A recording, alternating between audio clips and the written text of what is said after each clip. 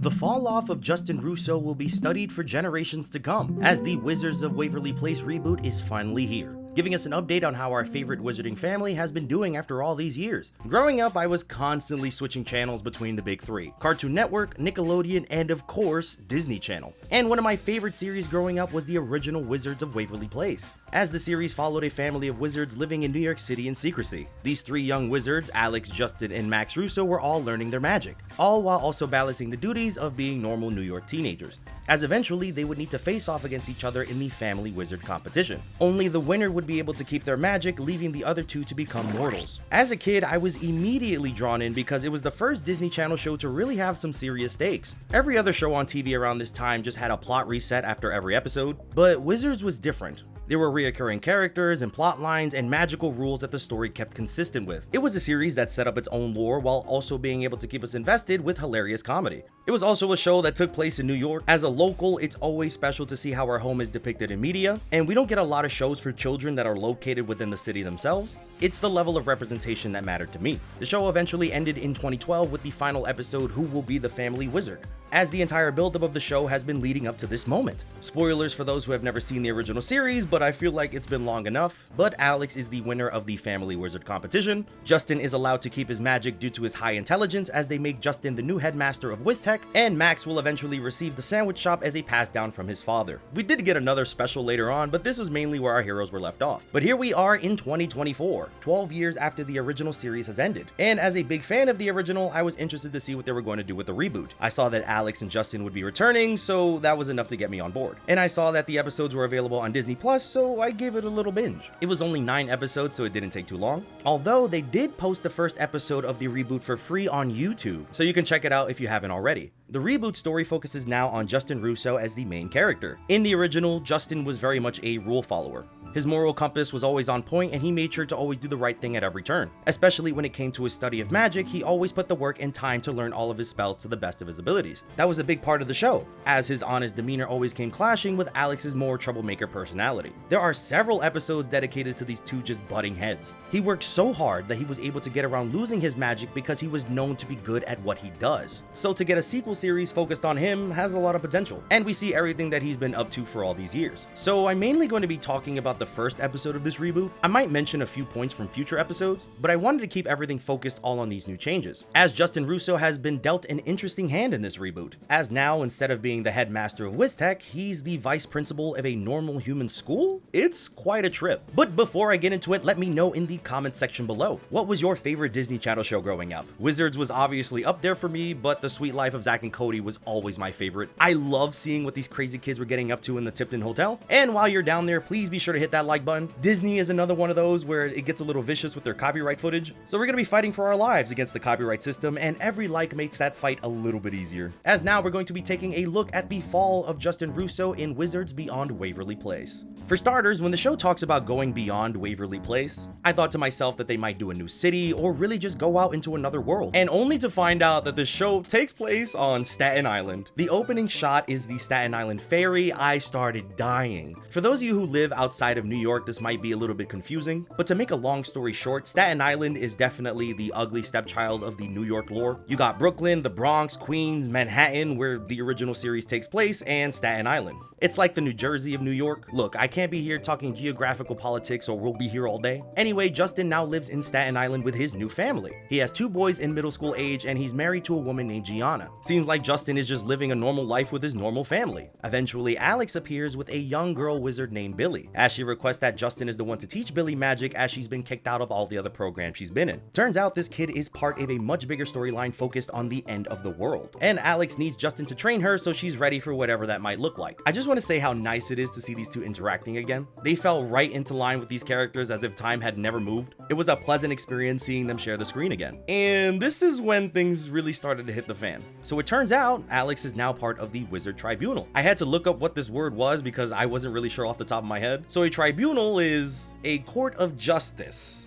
Oh my god, they made Alex Russo a cop. And it's not like she's doing grunt work, like she's up there high in wizarding law. Of all the characters in fiction to do this to, it had to be Alex Russo? In the original series, she's constantly laughing in the face of authority, breaking the rules and ultimately doing what she needs to do with her own magic. It's a big part of who she is and very core to her identity. So to see that she went on to become a part of the law was a bit shocking and out of character. Like, I get it, people grow up and they change, but being on the tribunal feels very much like the antithesis job for this character. According to Justin's family, Alex has been labeling herself as a professional dog walker this entire time, which I feel like fits way better for Alex. That sounds more like something she would want to do. It was the same feeling as finding out that they made Toph into a cop in The Legend of Korra. Like, how do you look at this and think authority figure? But bringing it back to Justin's family, turns out no one in his family has any idea about magic. Not either of his two children and not even his own wife. As it turns out, Justin was fired from WizTech for something currently being labeled as the unicorn incident. And ever since then, Justin has left the magic behind and has lived a mortal life, eventually meeting Gianna and starting a family with her.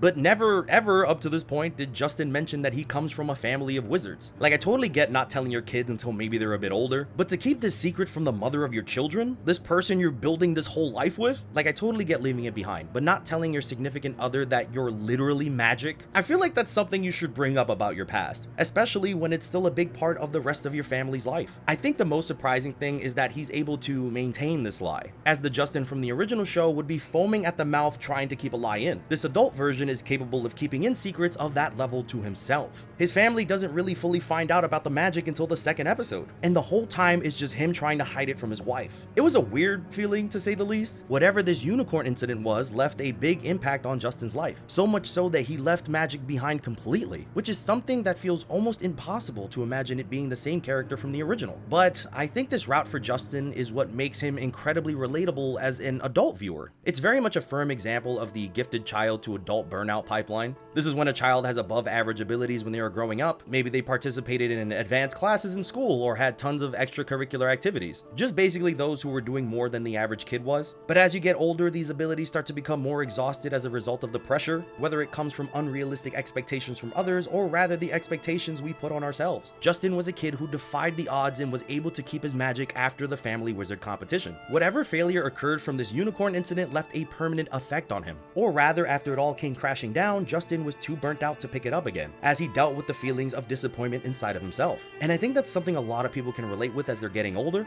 as sometimes life puts us in places we might not want to be. And the feelings of failure can be so shattering that we never want to pick up what we love again. In this case, we know Justin loved magic from the original show, but to never bring it up to your wife, this incident had to be a real canon event for him. Speaking of Gianna, she's a wonderful addition. On top of being very supportive to Justin, she's just pretty funny. She's very much a Staten Island Italian by her demeanor and her language, which makes her fit right at home here. She's taking in the magic little by little, but is trying her best, as Billy moves into their home to start her training. Justin eventually agrees to teach Billy magic, putting himself back into what he loves. And each episode from here on out is Billy learning to use magic while being taught by Justin. I also want to quickly mention Max. When the show ended, he was given the sandwich shop as his own. And while we don't see him in the reboot himself, there is a quick comment about Max now being a billionaire, franchising the sandwich shop, making it a big hit all over. I think that's a wonderful conclusion for this character if they never show him again. I remember thinking Max got robbed at the end of the last show, since Alex and Justin were able to keep their magic, leaving Max to be the only one that was mortal. But turns out he did just fine for himself. And the rest of the show from here on out is mainly focused on these three new characters. It's one of those reboots where the main cast might show up here and there, but it's mainly designed to pass the mantle onto a new group of characters, so a new generation can fall in love with the wizarding world. The main three are basically repeats of Alex, Max, and Justin.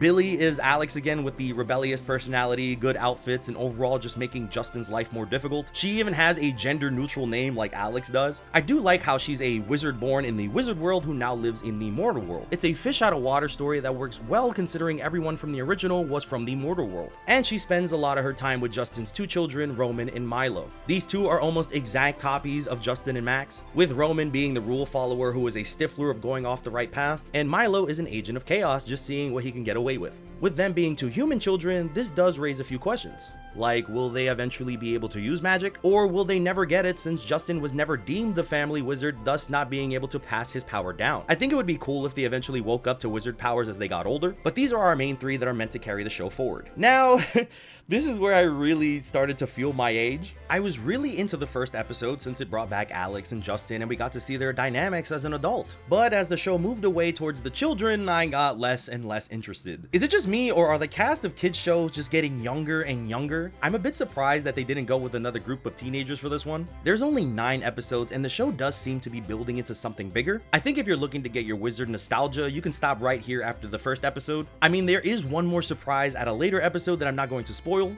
but for the most part, it's a Disney Channel series. And I'm 28 now. I'm not really watching these too much. Each episode kind of gave me that feeling that this very much isn't for me, which is valid. This is for an entirely new generation. So I don't feel right saying whether or not I think the show is good or not, because I know it's ultimately not for me. But I do hope the new kids can like this show the same way I did when I was a kid. It was good enough to see Alex and Justin again, even if it was just for the first episode. Although, there is one thing that drove me absolutely insane and I have to talk about it. There's this scene where the characters are frozen solid and they need to hide the bodies in order to avoid being discovered. And there's a moment when they're carrying what's supposed to be the boy's body, but it's clear as day that this is a body doll that they're carrying, and it kind of took me out of the whole experience. Like, I'm not expecting movie level quality for a Disney Channel TV show. That's not to say that older Disney Channel shows didn't do things like this with ragdoll physics, but it was usually fast and not something that could be seen unless you were really looking. That doll is clearly not a boy, and I remember dying at this. I personally don't think I'll be watching a second season. Like I said, this isn't really for me. I just hope the new kids can get into it. But hey, they have the technology now to go back and watch the original if they really want to. Back in my day, we had to hope and pray that the episode we missed would just rerun eventually. These kids have no idea how good they have it. No idea. But this is what I thought of Wizards Beyond Waverly Place. I'd love to know your thoughts on the reboot if you have any. It's not often where I get to talk about Disney Channel, especially as an adult. Its programming is very much a core part of who I am. I was there at 8 p.m., 7 Central every chance I could. Once I found out what 7 Central meant, it was over for all of y'all. So a little Skyward lore for you. I used to make Wizards of Waverly Place AMVs. Like when the movie came out, I was just having a field day with all of that footage. It was very much a happy place for me. Thank you all so much for watching. Please be sure to comment, like, subscribe, and stay awesome.